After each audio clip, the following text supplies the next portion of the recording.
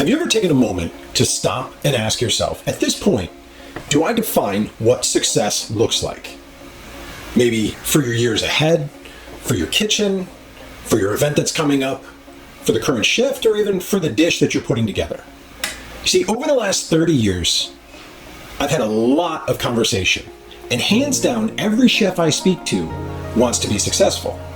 But when I start to dig for clear detail, and I try to understand what that actually looks like, that's when things start to get a little bit fuzzy.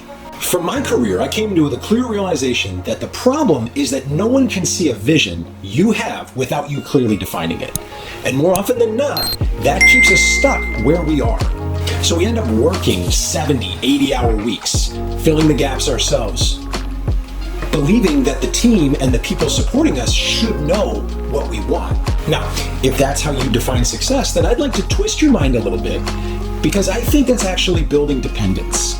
And in this video, I want to share the 10 steps that lead to a clear, detailed vision of what success can look like. Over the past decade, I've helped countless chefs redefine what success looks like. Not just in theory, but in practice. And over that time, a pattern has become clear.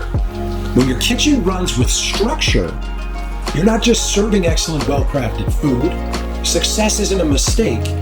You're building a great operation that can live beyond you. Now let me break it down. Structure is a 10-part framework that highlights the journey to success. Not in theory, but in the real world. Step by step, structure is the climb out of survival towards confidence and eventually legacy. Structure is the cure for chaos, and it represents the pieces of the puzzle that build leadership, mastery, peace, and thriving in operations. Structure is also the acronym to make it easy to remember. So let's dive in and peel apart those pieces. S. Stability through systems. It all starts when you define the basic systems that yield results. Basics like checklists and fundamental systems establish a reliable foundation that stabilizes a chaotic operation by creating predictability and standardizing of essential functions. Without stability, it's impossible to move out of survival mode. Next, technique. Craft must be a cornerstone for the operation to thrive. And that's second. An operation requires sound technique. And as the chef, it's our responsibility to champion great technique. Progressing towards excellence in technique elevates everything else.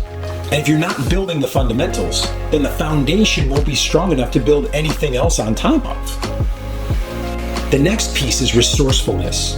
No one's resources are unlimited. As a chef, being resourceful needs to be as second nature as knife work, because resources are always limited in some area. As the chef, it's up to you to control the use of time, money, attention, and action, which ultimately leads to the management of the people in your team. Mismanagement of any one of those resources leads to uncontrollable waste. Next, you understanding. It bridges realities. Do you understand enough in your operation to be resourceful, and can you ensure that communication is thorough and clear? And that way, the team can understand your vision and how their work contributes to the delivery of it. Does your team understand what success is, or are they left figuring it out? Now, 5 is consistency, because repetition creates results. Consistent, powerful repetition is the only path to excellence. Excellence that can be replicated every single day. Standards can't depend on you being there. The food, the flow, the tone of the kitchen, all of that gets better and better the more consistent a kitchen becomes. Now, we have to focus on consistency, because if our standards disappear when we do, then it's not really a standard. The next part of defining success is making sure that we're defining our training. Do it, teach it, show it, watch it get done, check in, and then repeat as often as required by our team. Training needs to be a conscious decision, because this is a fast track to repetition and scale. If you can't train, you will always be forced to rely on what's left in the marketplace. Well-designed training starts during onboarding and becomes culture. And learning must be embedded into the rhythm of the operation. If it's not a part of the culture, it never will be. You can't scale what you haven't trained. And if you haven't trained it, assume people don't know it and fix it. And that is the first step to implementing a training program. And that brings me to you, utilization, because how you use anything is how you use everything. Hear that. Let that sink in for a second, because quite honestly, the reflection on utilization of food is very similar to how the team is utilized, how the schedule is utilized, and how efficient and how effective things are utilized. Defining utilization across all areas draws out the maximum value for everything. And here, when we're defining success, define how people need to be assigned, define what tools go where, the ingredients that are used, and put them where they work best. Use everything that you have efficiently and intentionally so that you can reduce waste and increase their impact on the operation. In a lot of cases, less is more. So at the end of the day, squeeze every drop from every lemon every time, especially if that lemon looks like a sauté cook, and utilize everyone to the best of their ability. The 8th part of a structured definition of success is resilience. And we need to discuss that because great sailors aren't built in calm seas. And chefs who don't develop resilience in the face of stress, unfortunately, die young. I've known too many. Resilience comes from practice under stress. Crisis won't break the team, but our response could. And it's going to dictate how the team handles crisis and stress. We need to have the resilience to come back to the systems, mindsets, and routines that we have in place that yield results, and only recalibrate them when it's appropriate, not when we are emotionally compromised by stress. When we can do that, we can continue to come back stronger. Resilience is also about taking care of you, finding counterbalance, and taking time. Now, as a chef, we don't have control of anything if we can't control our emotions. Now, the next one is my favorite because I absolutely love to execute. Execution is where intent becomes action. And at this point, I think there's 5 types of execution: survival, reactive, proactive, planned, and strategic. And just like with anything else, we have to climb a ladder to get better and better at them.